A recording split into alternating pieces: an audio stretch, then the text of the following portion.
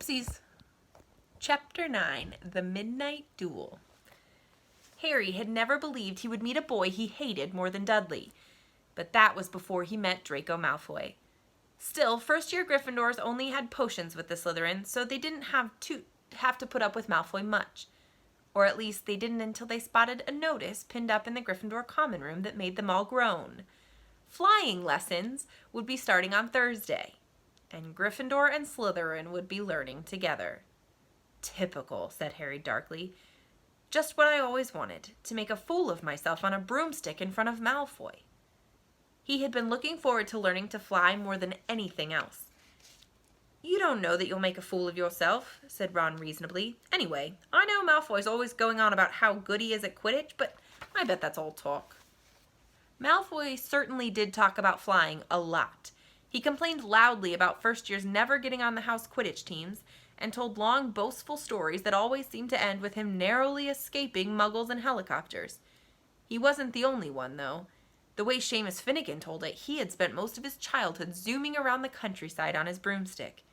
Even Ron would tell anyone who'd listen about the time he'd almost hit a hang glider on Charlie's old broom.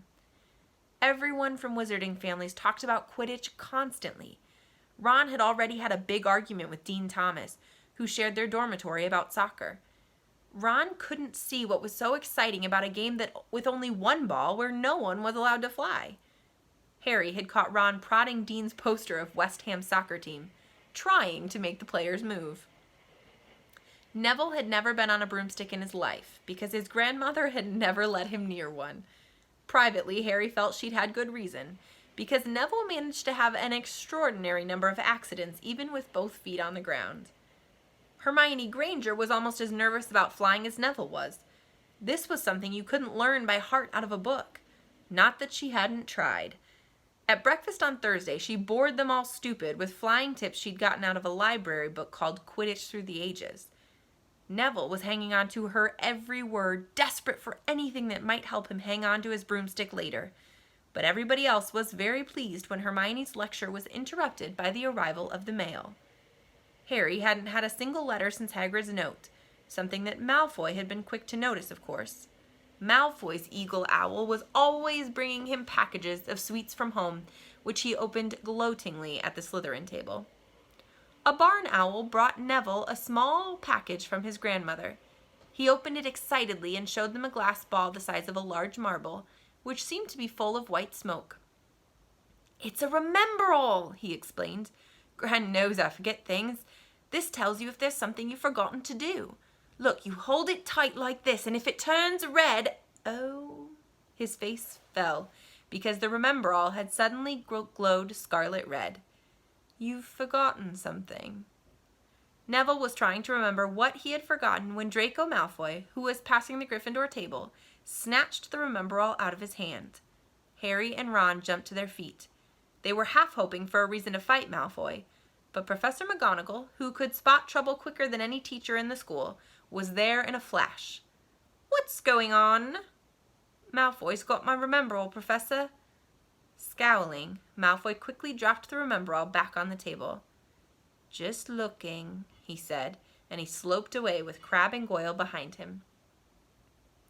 At 3:30 that afternoon, Harry, Ron, and the other Gryffindors hurried down the front steps onto the grounds for their first flying lesson.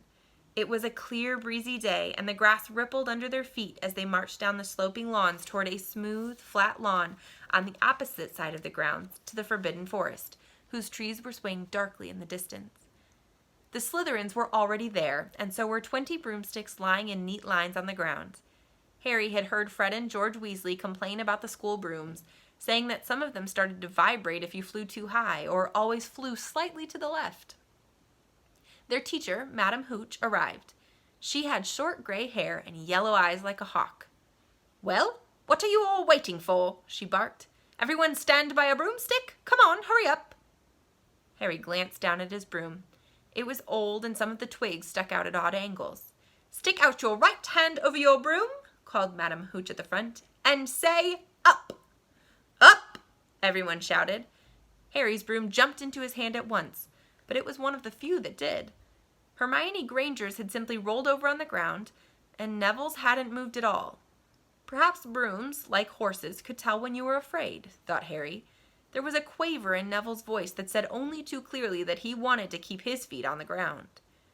Madam Hooch then showed them how to mount their brooms without sliding off the end, and walked up and down the rows, correcting their grips. Harry and Ron were delighted when she told Malfoy he had been doing it wrong for years. "Now, when I blow my whistle, you kick off from the ground, hard," said Madam Hooch. "Keep your broom steady, rise a few feet, and then come straight back down by leaning forward slightly. On my whistle, 3, 2... But Neville, nervous and jumpy and frightened of being left on the ground, pushed off hard before the whistle had touched Madam Hooch's lips. "Come back, boy!" she shouted.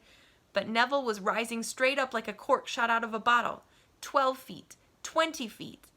Harry saw his scared white face look down at the ground, falling away, saw him gasp, slip sideways off the broom, and wham! A thud and a nasty crack, and Neville lay face down on the grass in a heap.